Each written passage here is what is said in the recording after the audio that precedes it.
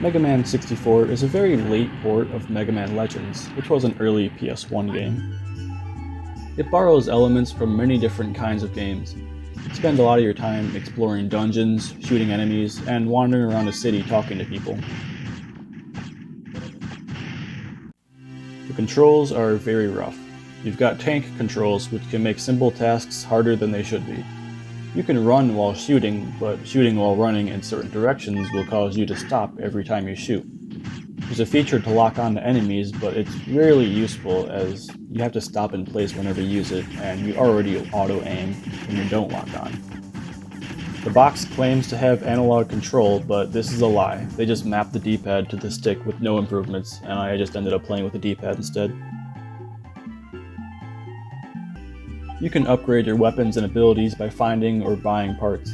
You can even develop new weapons, although I found a lot of these to be situational. The main town also has quite a bit of stuff to do in it.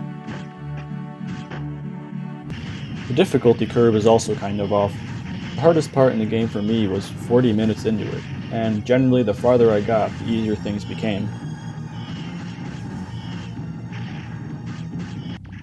My favorite part were the dungeons.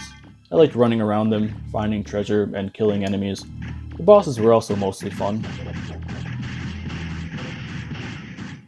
The game is mostly unchanged from the original PlayStation version, except with more slowdown and lower quality sound. They did get all the voice acting in, and it's still terrible.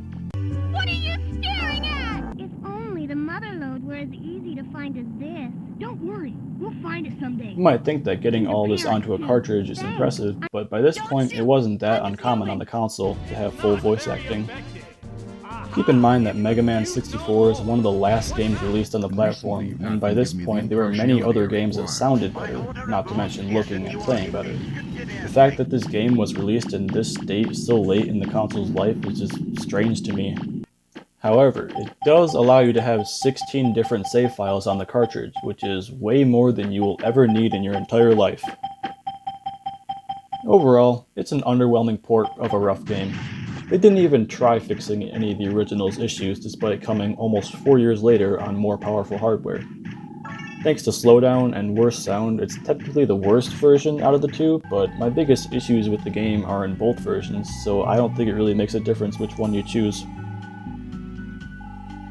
But the most important question to ask when I review something is, did I have fun? And in this case, I definitely did get some enjoyment out of it.